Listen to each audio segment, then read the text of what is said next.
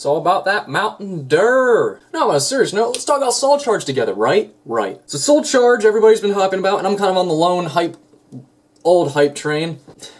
What? I haven't talked about it, that's what I'm getting at. So let's talk about it together, and let's have fun about why this card isn't that amazing. Now, before everybody freaks out, I understand it's a good card, I get that. What I mean by not amazing is, let's put some cons on the board on why you shouldn't really be that worried about it. And this will probably be taken from some other YouTubers. People will probably say, oh, other YouTubers said that point. Well, because they probably made good points that I'm about to spit out. But let's spit them out together. Okay, 1. Soul Charge is life points. And in the game of Yu-Gi-Oh!, yeah, sometimes people are willing to give up life points, gain life points to their opponent, whatever.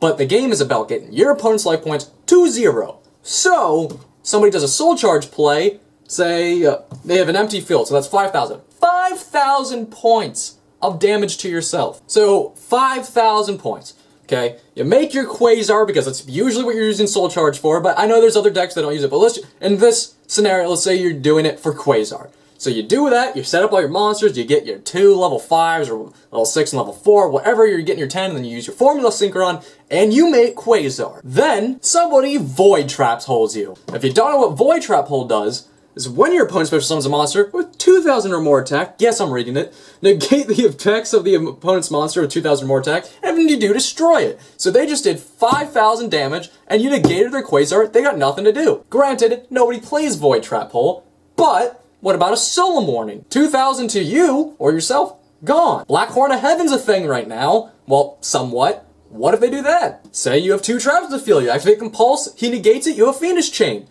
He's pretty much pointless right now. There's so many ways of why the Quasar build, not Quasar build, the Quasar thing isn't that big of a deal. I'm not saying you can't go build the deck and have fun, that's not what I'm saying. That's fine. Like, you want to build the deck, that's cool. I'm saying for the spectrum of people freaking out about Soul Charge, that it's so overpowered, will it get banned?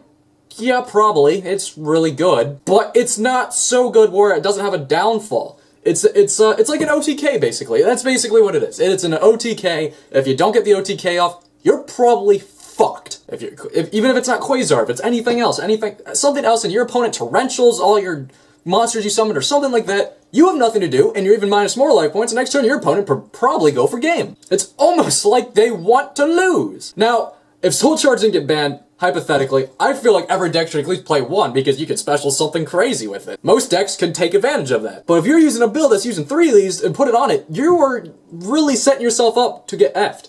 Not just that, it takes setup to get all these cards into your graveyard, and your opponent's already making their field stronger.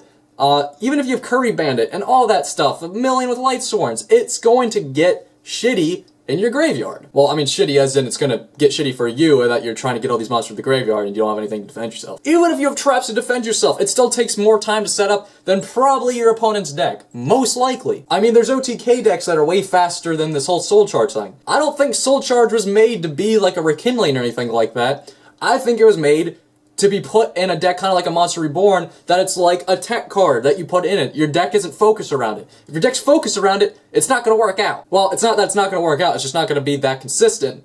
And if you get effed by it, you have nothing else to do. But if I'm playing a deck like a deck of mine that I like, Raccoons. Late game, all my monsters destroyed, I'm fucking up, I'm probably going to lose. Soul Charge, get my Junk Sinker on some of my Raccoons, make some huge beaters, fuck them up.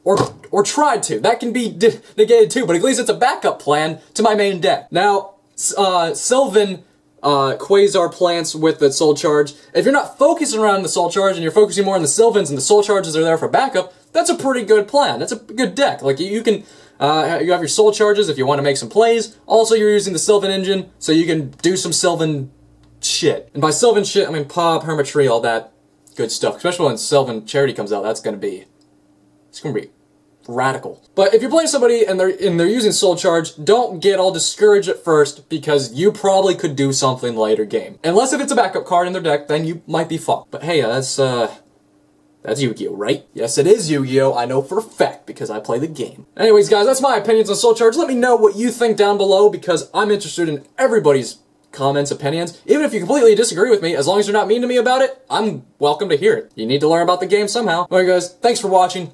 Peace!